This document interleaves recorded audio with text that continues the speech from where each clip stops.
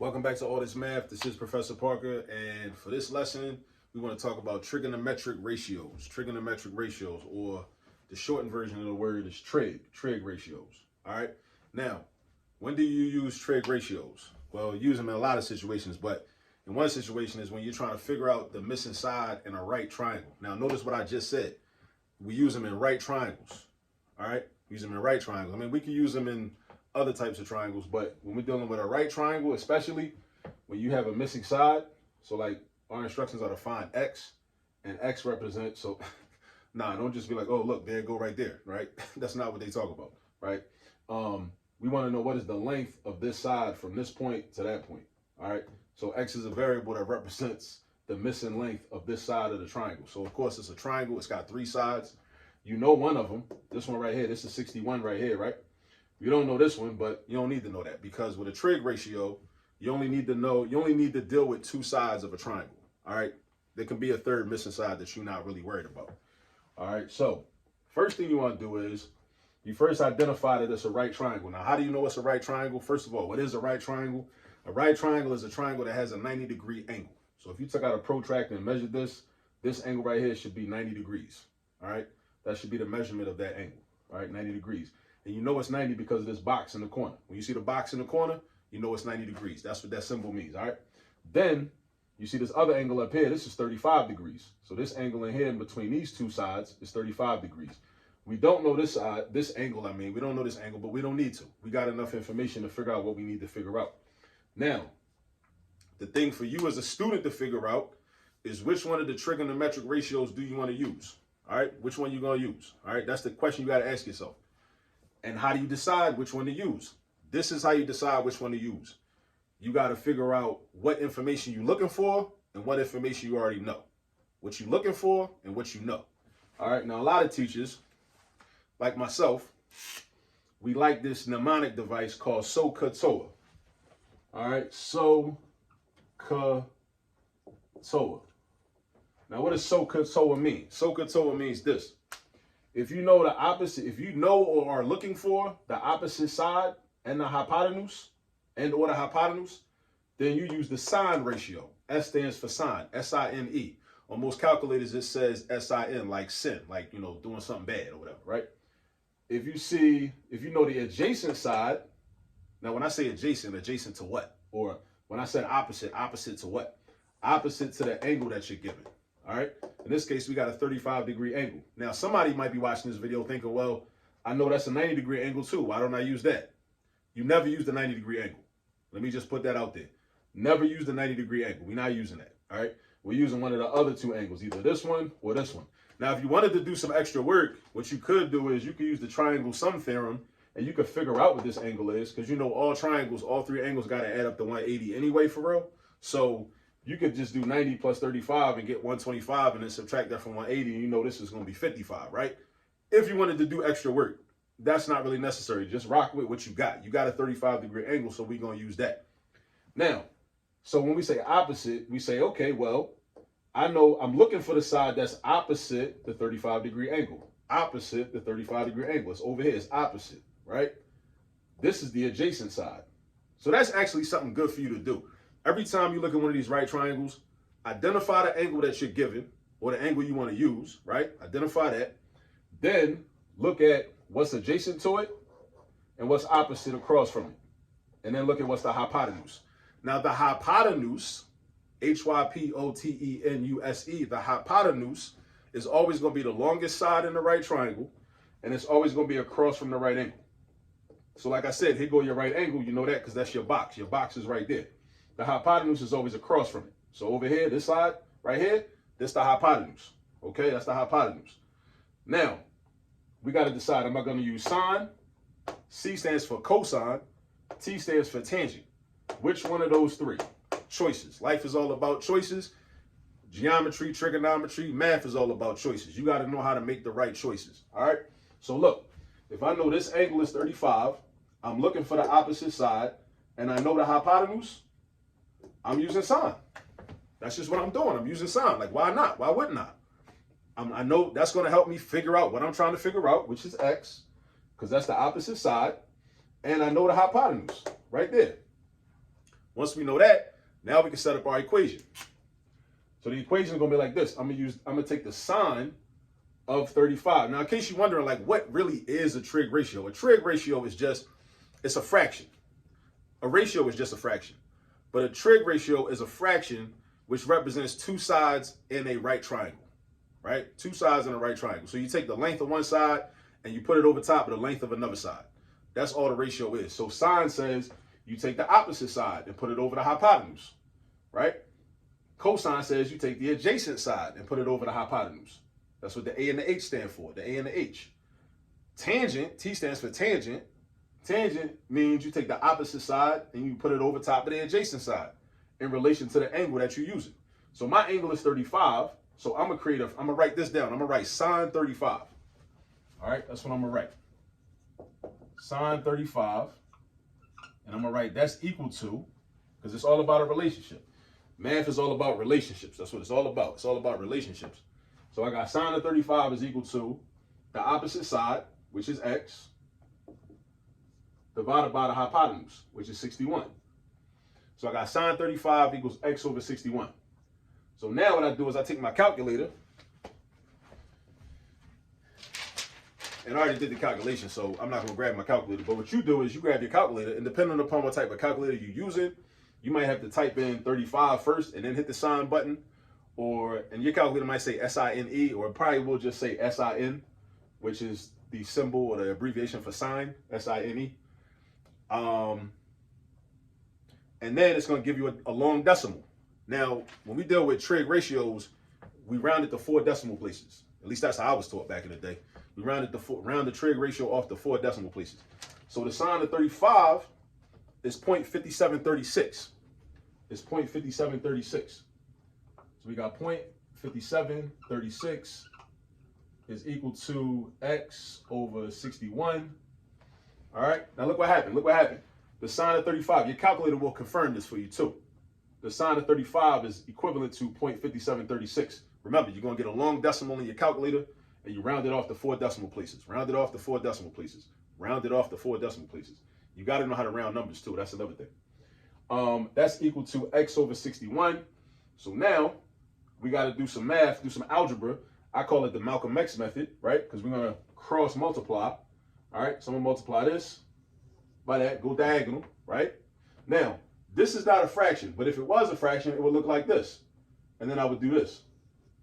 That's the x, Malcolm X method. All right, that's what I call it. X times 1 is x. And then 0.5736 times 61 is going to be 34.988. And it goes on and on. Now, I'm going to round these answers off to the nearest 10th, right? But with this particular number, I can't do that because the 8 is going to make this 9 go up, right? And if the 9 goes up, it's going to make the digit in the ones place go up. So this is going to be 35. So that means that this length is 35. And I just used the trig ratio of sine to figure that out. That's what I did. All right. And this makes sense because even though I don't know the length of this side, in a right triangle, the hypotenuse is always going to be the longest side. So dig this, right? If you ever do one of these problems and you already know your hypotenuse, and then one of your other legs ends up being longer than your hypotenuse, you know you made a mistake somewhere. Either you made a mistake somewhere or the problem was set up wrong. So either your teacher gave you a problem that can't be solved, or you made a mistake somewhere. Because the hypotenuse should always be the longest side. And we see 61 is more than 35, so we cool with that. All right, now let's go another example. This one right here. All right, so check this out. Now we got, I left some information off. Angle H is 59 degrees. Angle H is 59 degrees. So look, I got an angle. I'm looking for this where X is. X is across from the right angle. It's across from the right angle, so that's my hypotenuse. Now I'm looking for the hypotenuse. In the last problem, I was looking for this opposite side, right? Here's another thing I want to point out too, because this used to confuse me back in the day. Because if you look at this angle, right, this is 35 degrees. This is the adjacent side. But this is also an adjacent side, right? Technically it is. But remember this, the hypotenuse can never be considered your adjacent side. You will never treat your hypotenuse like it's adjacent. Even though it actually technically is adjacent, because it touches the angle, right? Adjacent means next to, right? So this side is adjacent and this side is also adjacent. But because this side is the hypotenuse, that basically cancels it out. That means you can't use it as your adjacent side, right? You only use this as the hypotenuse because that's what it is. You would use this side as the adjacent side. So just keep that in mind, all right? Now back to this one. So we got a 59-degree angle. We looking for the hypotenuse, and we know the opposite side because this side is opposite the angle that we're working with. We're working with this angle right here. So you got to ask yourself, what ratio am I going to use for that? I know the opposite side, and I'm looking for the hypotenuse. I'm still going to use sine. I'm still using sine. So I'm going to set my equation up. Sine of 59 is equal to the opposite side divided by the hypotenuse. Opposite side divided by the hypotenuse. So I got 45 divided by x. So that's 45 divided by x. Now watch this. I'm going to show you a math trick real quick. Whenever you got like a proportional equation set up like this, that's what this is. We got a fraction equal to a expression or another fraction. And you got to solve for a variable that's in the denominator. This is a math trick, right? Now, if I did it the long way, step by step, we would end up with the same thing. That's why it's a math trick. We can just switch this with the denominator. We can switch this with the denominator. We can switch this with the denominator. So watch what I do. It's going to be x equals 45 over sine of 59. Now, why does that work? It works because, try to follow me. If I did it the regular way and cross multiplied, I would have had sine of 59 times x equals 45. Why 45? Because of the invisible 1 underneath a sine of 59. There's an invisible 1 under everything. If you ever want to make something into a fraction, you just put a 1 underneath of it for your denominator, right? So it would have been sine of 59 times x is equal to 45. But if I'm trying to get x by itself, I would have divided by sine of 59 on the left, and I would have divided by sine of 59 on the right. So I would have still ended up with the same thing that I got right here. So this is a pattern that I realized a long time ago, that other mathematicians have realized a long time ago, that when you got a setup like this, all you got to do is switch the variable in the denominator with whatever's over here on the other side of the equal sign. Just switch them two. Just switch them. All right, that's a math trick. I'm trying to put you on the game. That's a math trick. All right, it don't work if the variable's on top. That's not gonna work. That's not the same thing. All right, that ain't the same thing. If the x is on top, that don't work. If the x is over here, well, if the x is over here, you don't need to move it because you just divide this by this to get your answer. But it only works if your variable is on the bottom. If your variable is on the bottom, then you can use this trick. Just switch whatever's on the left side with the variable on the bottom. That's all you gotta do. All right, so now I go over here, go to my calculator. I calculate sine of 59. Sine of 59 is a long decimal, but then what's gonna happen is I'm gonna end up, I'm gonna round it off to 0.8572. That's what it's gonna be. It's gonna be 0.8572. Now I got 45 divided by 0.8572. And then I got 45 divided by 0.8572. And then I'm trying to round to the nearest tenth. So x equals 52.5. So basically, you got to look at the triangle, identify an angle that you want to use.